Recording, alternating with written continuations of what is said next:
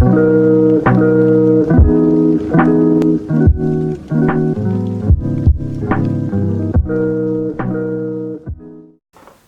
shady shit with shady people. Glad to have you guys.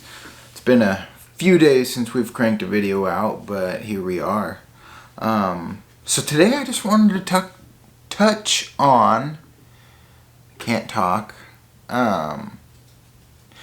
just some of the positive things about entering into recovery. And it's definitely kind of a headache initially, generally, not always, but generally, your life's a little scattered, there's bad things going on, you got a lot of bad people in your life. At least for me, I'm hanging around with shady people when I'm doing shady shit. Like, I think it just goes hand in hand.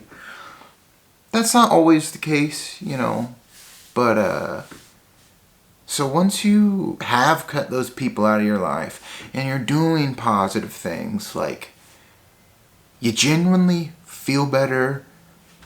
Some of that guilt is gone. It's nice to wake up, whether you don't have a job, you don't have nothing going on, but you're sober, you're not out stealing and doing dumb things. It feels good. Like, it genuinely feels good. And, you hear it when you're not. You hear it when you're doing the wrong thing. That, get clean and sober and it'll fall into place. And you're like, yeah, okay. But it truly does. Like, it's the weirdest thing. It seriously is very strange. But it does, Like, for myself, I was, very, very early into recovery. I got my first job at a gas station making minimum wage. But it felt so good. Like, it was the weirdest thing, And I had other jobs where I was making a lot more money, but it just felt so good. It was so weird. And, continuing to do that next right thing just caused more opportunities to present themselves, I went fishing with my old man. We went out on the ocean and, some of his buddies were there and an awesome opportunity presented itself. And it was kind of one of those things that I'd never really even thought about. So one of my dad's buddies is a plumber and they needed some help, and it was just, I'm going to be a laborer kind of thing, right? Well, so I did that for a few months, and then they're like, hey, if you want to get into the apprenticeship, we like your work ethic, and you show up. That is a huge thing. Like, people just don't show up to work, man. Or they show up late, or my girlfriend forgot to wake me up. You know what I mean? Like, if you just work hard and show up, people want you. Like, so anyways, so I get into this program, and I was a little hesitant about it, and then I figure out how much money they make. I'm like, whoa, maybe being a plumber ain't so bad. So I did it. I enrolled, and I guess the rest is history now. I'm about to take my state test, your journeyman's license. So I'm excited for that. Unfortunately, I don't work for that same company that, I started out at. Awesome company, but I wasn't getting hours, this, that, and the other, and I'm now with an awesome company, still in contact with him, but life is good, and over that course of time too, a lot of other awesome things have happened, and this is what I talk about when I say the royalties of recovery, because believe, if I was out there running and gunning, that these opportunities wouldn't have presented themselves or happened. You know, I bought my first new truck actually, but never had that.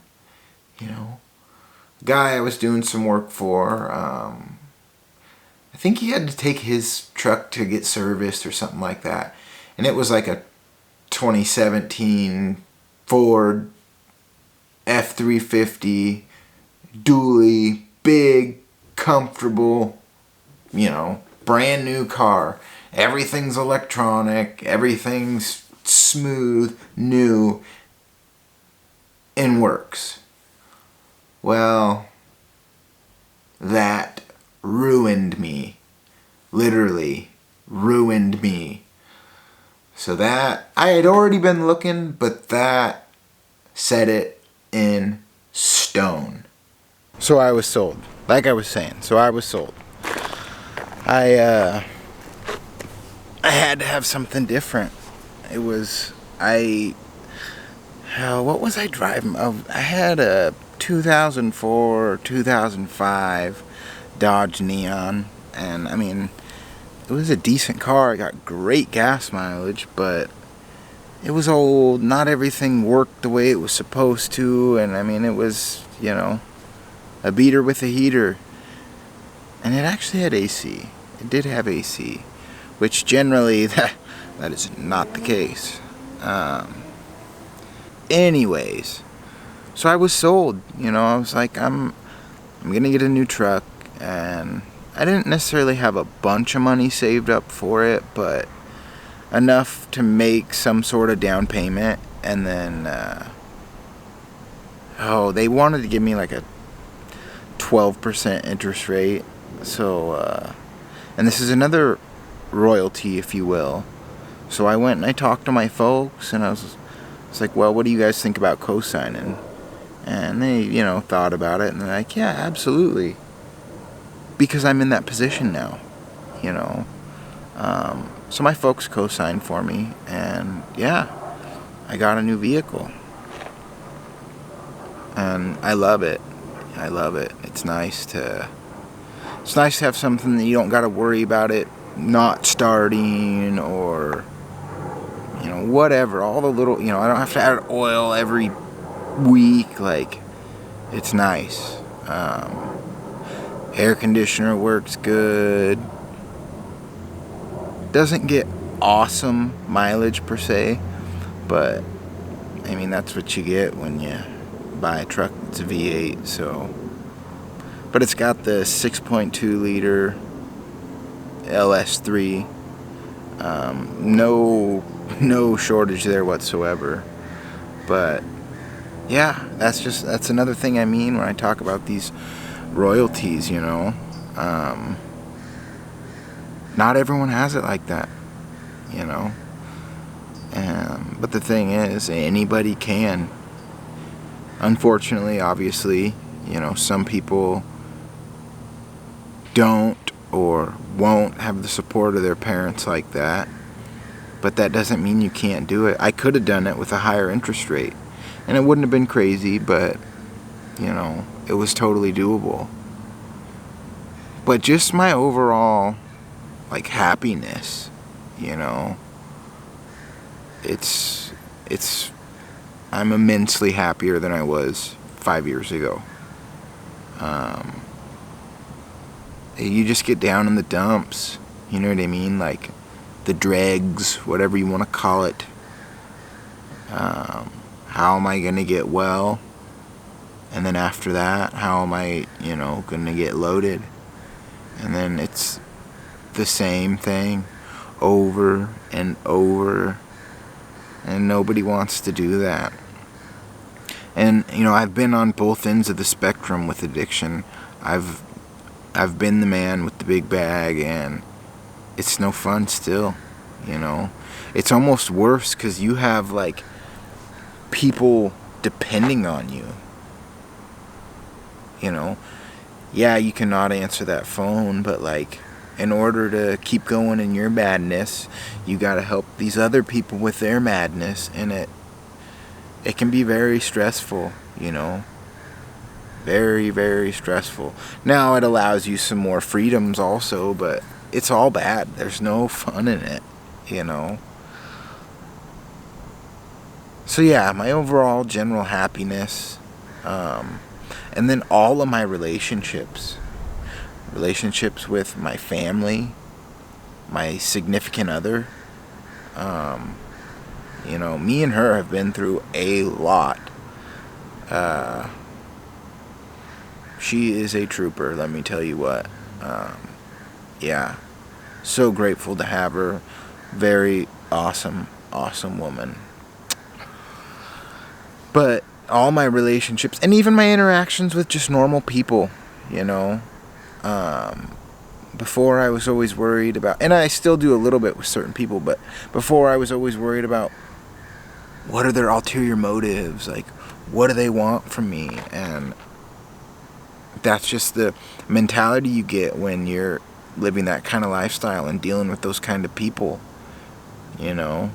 You always think somebody's trying to get over on you or get to somebody else through you or something. Whereas now I can talk freely and it doesn't matter. And like, I was listening to something and they were talking about privacy, you know. And I used to be so paranoid, like, wouldn't open certain emails on my phone, like, obviously because I was worried about the cops, like, oh. And some of it was probably paranoia, but at the same time, that kind of stuff happens. Now it's like, yeah, sure, I don't want people to get in, like, you know, oh, they might see what kind of porn I look at, or, you know, I don't really do anything that I would want or need to be hidden, whereas before, it's like, you know, I'm doing all kinds of super shady shit on my phone, so that paranoia was there. But now it's like, you know, granted, I still want privacy. I'm not gonna, you know, fornicate with my window wide open for everyone to see. But I think that's with everything. Granted, I don't want, you know, everybody willy-nilly to be reading my stuff. But with not having to worry about privacy as much as I used to, because I'm not hiding anything, it's kind of nice. Like, it's very nice. And don't have to hide anything from my significant other or my family or, you know, anyone. Whereas before, it's like juggling lies. And it's hard to keep up and remember. And it's stressful, you know. I'm surprised more addicts don't have, you know, all gray hair. Honestly, like, it's crazy. You know, and me and my chick are looking into buying our first home.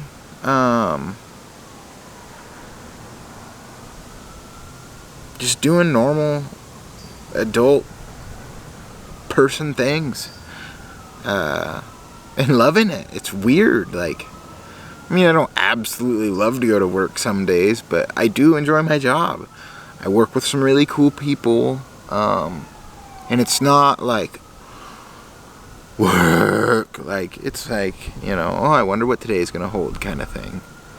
So, it's nice. I mean, and I'm not by any means trying to brag or gloat. I'm trying to tell you guys what you can have. It takes a little bit of hard work and dedication, but it's just like anything. Like, the amount of energy that you put into it is what you're going to get out of it. I mean, it, for recovery, it couldn't be more true. Like, and it really opens your eyes, like, as to what you're capable of when you're in the right mind state. And for, you know, I'm sure some of my viewers out there have been incarcerated, and that really puts time into perspective, you know.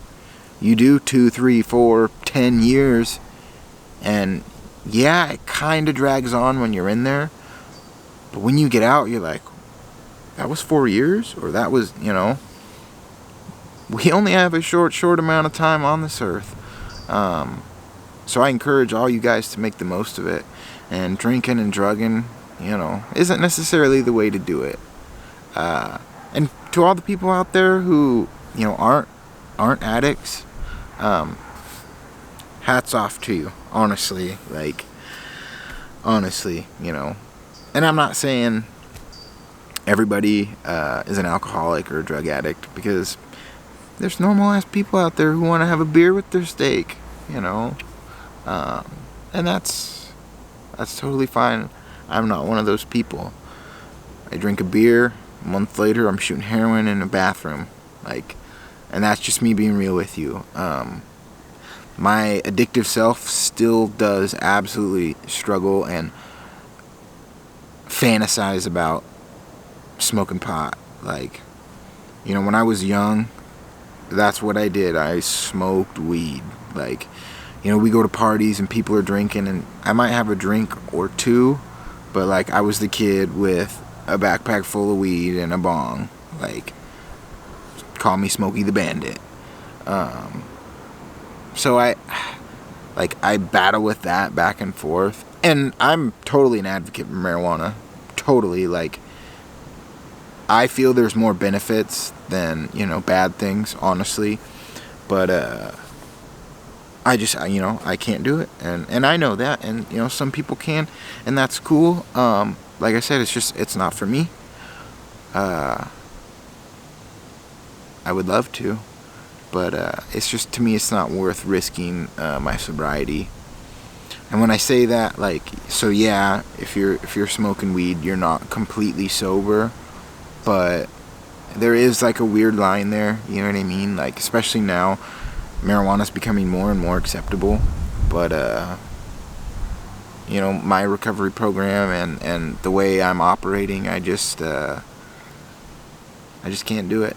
But like I said, especially you see these kids having 20 seizures, 100 seizures a day, and they do that RSO, and there's a time and a place for it. So yeah, I just wanted to tune in with you guys and give you a little update, and just let you know that it is totally possible to recover from this disease that we suffer from. And if you're struggling, reach out to me. I leave my Twitter and Instagram down in the description. I'm on the West Coast. I'm in Oregon, but I have a little bit of a foothold in the recovery community. But I will figure it out. I will get on the phone. I will do what I need to do to try and figure something out for you.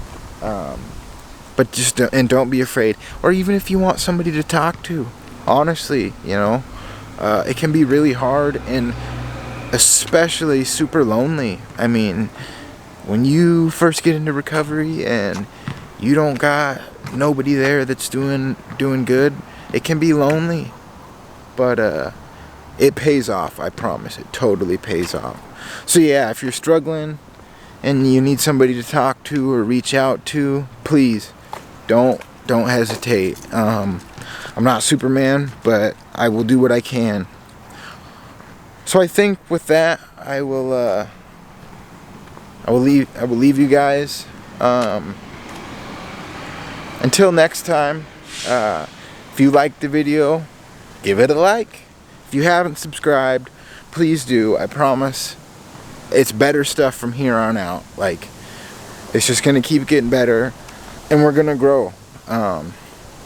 I definitely have more penitentiary stories coming, and then I'm thinking about taking you guys to where one of my only overdoses was, just to kind of give you the grim reality of how down and out I really was. Because it's kind of hard to get the context. You're like, oh, I'm sure he was doing fine, but I was down and out. And I got some newspaper articles and things I'll show you about my bust. But yeah, so with that being said, If I can get clean and sober and get my act together, I promise you that you guys can too. So, with that being said, I say that a lot with that being said. Y'all take care, have a good night, and I will see you on the next one. Later, tater, tot.